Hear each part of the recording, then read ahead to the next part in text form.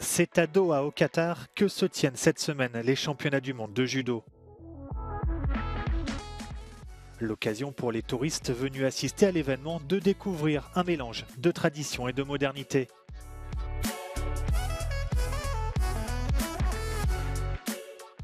Le Qatar accueille depuis plusieurs années de nombreuses compétitions sportives. Cette année, la fédération locale de judo a invité des enfants à assister aux mondiaux, mais aussi à s'initier à ce sport pour en faire, pourquoi pas, les grands champions de demain.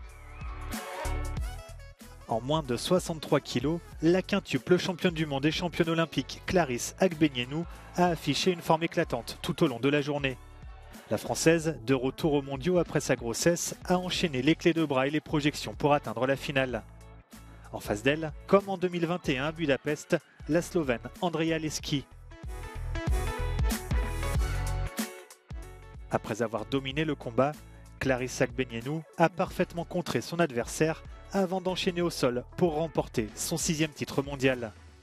La légende du judo est bien de retour à un an des JO de Paris. Jean-Luc Rouget, ancien judoka français et membre du COMEX de la Fédération internationale de judo, a remis les médailles. Je suis très fier d'être de retour en tant que mère et d'avoir décroché cette 6e médaille mondiale aujourd'hui. En moins de 81 kilos, le champion du monde 2021 Mathias Kass avait bien l'intention de remporter un nouveau sacre.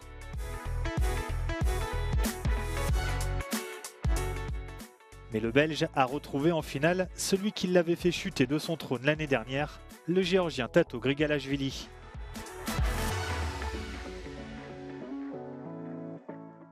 Troisième finale consécutive entre les deux judokas, l'un des combats les plus attendus de la compétition. Et c'est bien Tato Grigalashvili, en marquant Waza Hari, qui est parvenu à conserver son titre.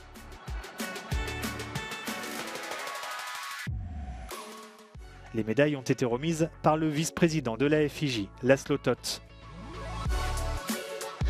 J'adore venir à Doha. En 2021, j'y ai remporté le World Masters et c'est devenu une ville spéciale pour moi. Aujourd'hui, j'y ai défendu mon titre mondial. L'atmosphère ici est fantastique et j'espère que je reviendrai ici pour remporter d'autres médailles.